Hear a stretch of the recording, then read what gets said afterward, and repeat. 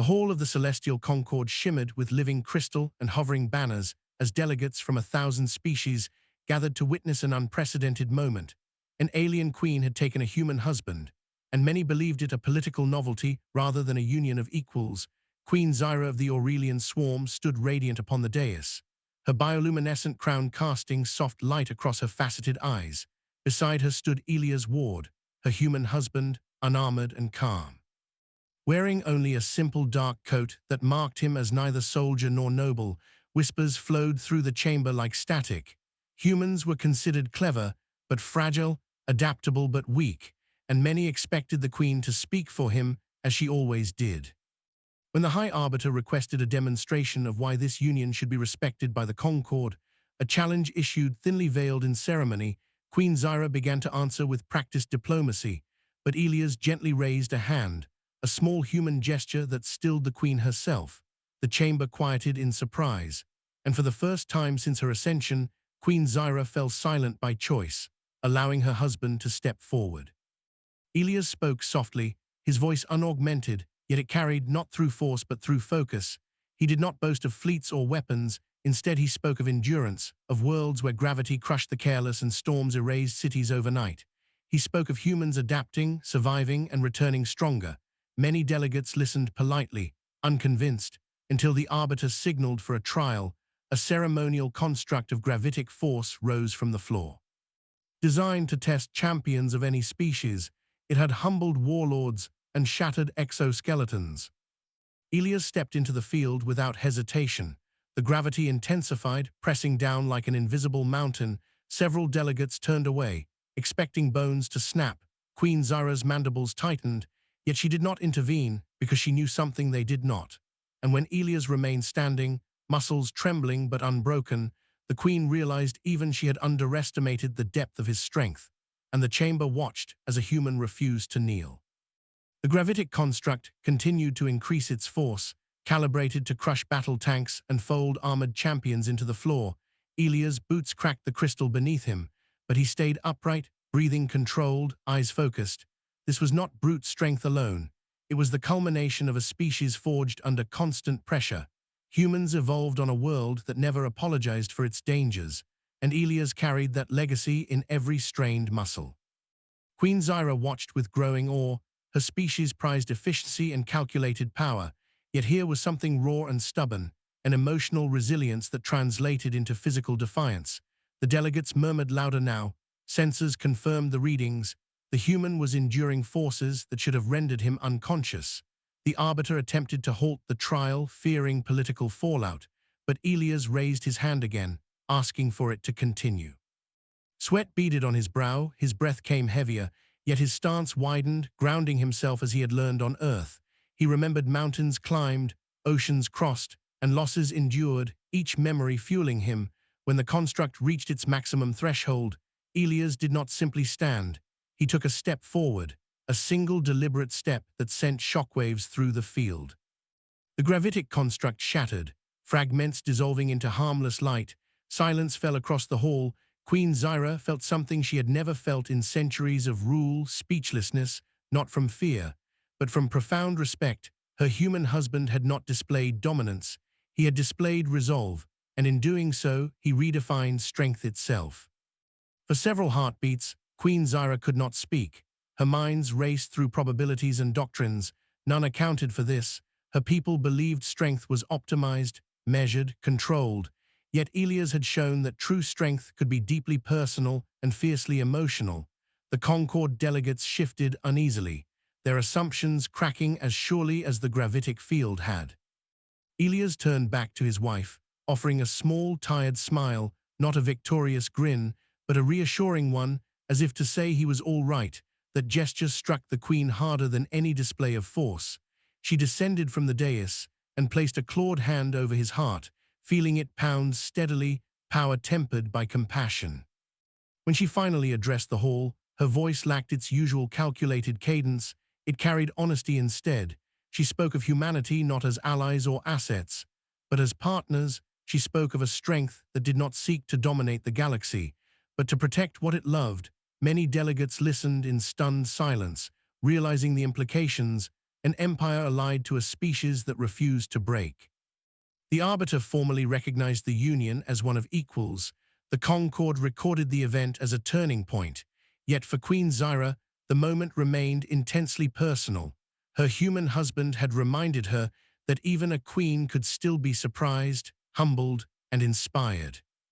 News of the demonstration spread faster than any official communique. Across trade routes and data streams, stories grew, some exaggerated, others simplified. But the core truth remained. A human had withstood what legends could not. Recruitment offices on frontier worlds saw renewed interest. Alliances shifted subtly as species reconsidered their stance toward humanity. Elias recovered aboard the royal vessel, his body sore but healing. Queen Zyra remained at his side, observing the human process of recovery with fascination. He joked through the pain, downplayed the event, and asked only for time to rest. That humility reinforced what she had witnessed. His strength did not require constant proof. They spoke privately of Earth, of her worlds, of a future where their peoples learned from one another. The Queen admitted she had been afraid during the trial, a vulnerability she rarely shared.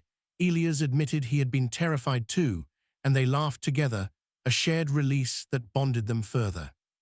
In that quiet exchange, the Queen found her voice again, not as a ruler addressing subjects, but as a partner speaking to her equal. When the Concord reconvened days later, Queen Zyra addressed them with clarity and confidence restored. Yet something had changed. Her authority now carried warmth. She declared new initiatives of shared defense and cultural exchange with humanity, not as a concession, but as an investment. Elias stood beside her, not as a symbol, but as himself, a reminder that strength could be quiet, enduring, and deeply human. The delegates accepted the proposals, some out of respect, others out of caution, all aware that the galaxy had shifted. As they departed the hall together, Queen Zyra squeezed his hand, a gesture learned from him. She no longer felt speechless when she looked at her human husband. Instead, she felt understood, and in that understanding, she saw the truest strength of all, the power to stand together against any weight the universe could impose. The Concord Hall was empty now, its living crystals dimmed to a resting glow, yet the echoes of what had occurred still lingered like gravity itself. Queen Zyra stood alone at the center of the vast chamber, replaying the memory of Elias standing beneath impossible pressure, refusing to bend, refusing to yield. Her species remembered events through records and probability trees, but this moment had burned itself into her consciousness in a way no data ever could.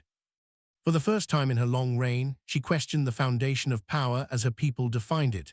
The Aurelians believed strength was calculated at birth, optimized through design, reinforced by technology, yet Elias had shown her a different truth, that strength could be grown through hardship, through failure, through love, and through the simple refusal to surrender. This realization unsettled and inspired her in equal measure. When she returned to the royal vessel, she found Elias awake, seated near the observation viewport, staring out at the endless stars. His body still bore the marks of strain, subtle tremors in his hands, stiffness in his posture, but his eyes were calm, thoughtful, the eyes of someone who had faced fear and walked through it. "You should be resting," the Queen said softly, her voice no longer carrying the command tone of a monarch. "I am," Elias replied with a faint smile. "This is how humans rest sometimes. We look at how small we are, so we remember how strong we have to be." The words settled deep within her. She joined him, folding her regal form beside his, an act unthinkable by traditional Aurelian standards. Yet it felt natural now. She asked him what had gone through his mind when the gravity field intensified, expecting an answer about training or physical limits. Elias was silent for a long moment. Then he spoke. "I thought about you," he said simply. "I thought about what it would mean if I fell, not just to me, but to everything we are trying to build." That confession struck her harder than the gravitic trial itself. Strength fueled by love rather than pride, sacrifice chosen rather than demanded. This was the human way, and she understood then why his defiance had shaken the Concord so deeply. It was not an act of dominance, it was an act of devotion. In the days that followed, delegations requested private audiences with the Queen and her human husband.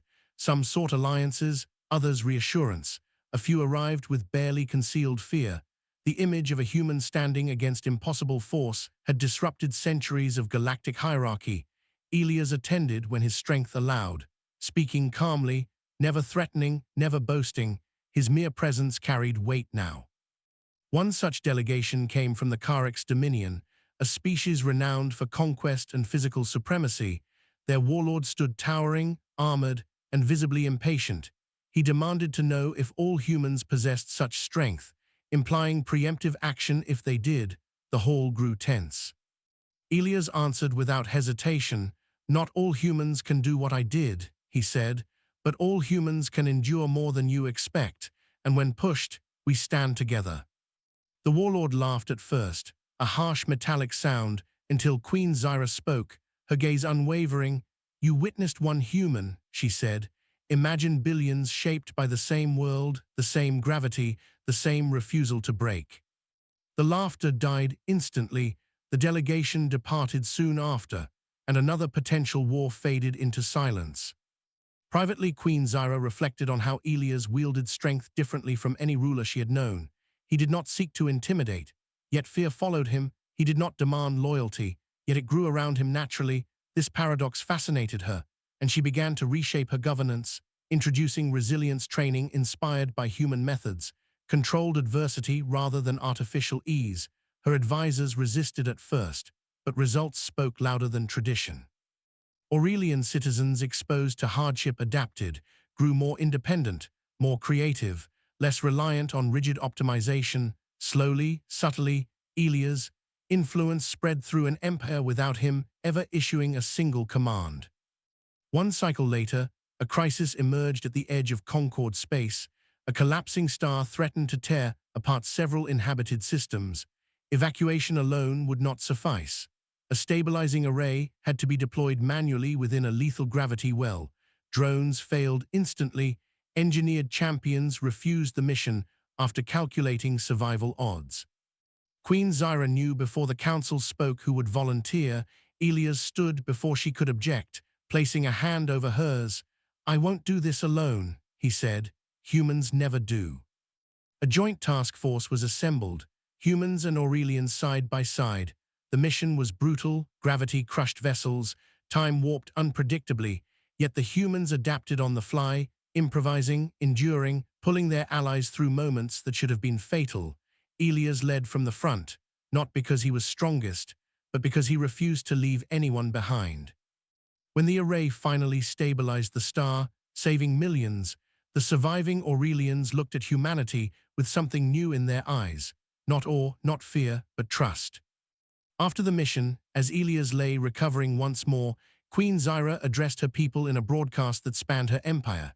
She spoke not of victory, but of values. She spoke of a strength that grows through connection, through shared burden, through love. Her voice did not falter, but emotion shimmered beneath every word.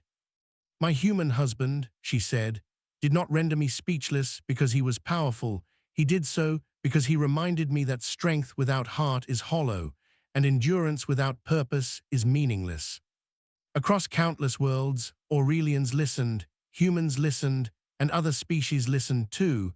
The galaxy felt the shift, not toward domination, but toward unity forged under pressure. Much later, long after the stories had become legend, and the demonstration in the Concord Hall was taught to hatchlings and children alike, Queen Zyra and Elias stood on a quiet world beneath a gentle sky. Age had touched Elias now, his movements slower, his hair silvered, yet his presence remained unyielding, a quiet mountain shaped by time. "You know," he said with a soft laugh, "I'm not as strong as I used to be." Queen Zyra smiled, a gesture she had learned from him long ago. "You are stronger," she replied, "because now your strength lives beyond you." As they watched the sun set, the queen realized she would never again be speechless when faced with true strength. She had learned its shape, its cost, and its purpose. It was the courage to stand, the will to endure, and the love to carry others when they could not stand themselves. And that was the legacy of her human husband, a strength that no gravity, no empire, and no passage of time could ever silence. Time moved differently for a queen who could measure centuries in a single memory, yet even for Queen Zyra, the passing years began to feel gentle and heavy all at once. The galaxy they had helped shape no longer trembled at the name of humanity, nor did it underestimate it.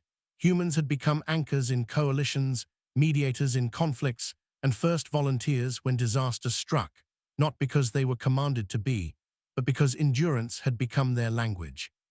Ilias grew older beneath alien skis, his body yielding slowly to time in ways no gravitic field ever could. His strength was no longer displayed in feats that shook halls or shattered constructs. Instead, it revealed itself in patience, in careful steps, in the way others leaned toward him without realizing why. Queen Zyra noticed how soldiers, diplomats, and even rulers unconsciously adjusted their pace to match his, as if the universe itself had learned to move with him rather than against him. There came a day when Ilias could no longer travel far from the capital world. His joints ached, his breath shortened, and recovery took longer than it once had. Queen Zyra offered him every advancement her empire possessed: regeneration chambers, genetic reinforcement, time dilation therapies, but Ilias refused them gently, placing his hand over hers just as he had done so many times before. "I've had my time," he said, his voice calm. "Let the next generation carry the weight now." Those words frightened her more than any threat ever had. She had faced extinction-level events without hesitation, yet the idea of a future without his steady presence felt unbearable. Still, she respected his choice, because she had learned that human strength also meant knowing when to rest. As his influence faded from public view, it grew stronger in quieter ways. Academies taught resilience exercises based on human methods. Councils adopted doctrines centered on shared burden rather than calculated sacrifice.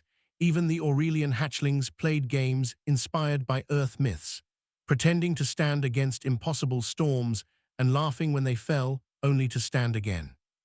On one such afternoon, Queen Zyra watched Ilias sitting among young ones of multiple species, telling a simple story about Earth rain, about how humans once danced in storms not because they were fearless, but because the rain reminded them they were alive. The children listened in rapt silence, and the queen felt that familiar tightening in her chest, the one that had first left her speechless all those years ago. When Ilias finally passed, it was quietly, without ceremony, beneath a sky he had chosen. The stars reflected softly in Queen Zyra's eyes as she held his hand until it stilled. For a long time, she did not speak, not because she lacked words, but because words felt too small. The galaxy mourned in its own way, fleets dimmed their lights, signals of respect crossed systems, humans held vigils, Aurelians entered collective silence. Yet Queen Zyra did not retreat into isolation as many expected. Instead, she stood before her people and the Concord once more, alone this time. "My husband taught me that strength does not vanish with death," she said, her voice steady though her heart ached. "It remains in every life he touched, every burden shared, and every soul that stands again after falling." She did not order monuments built, nor did she commission statues. Instead, she declared a single tradition.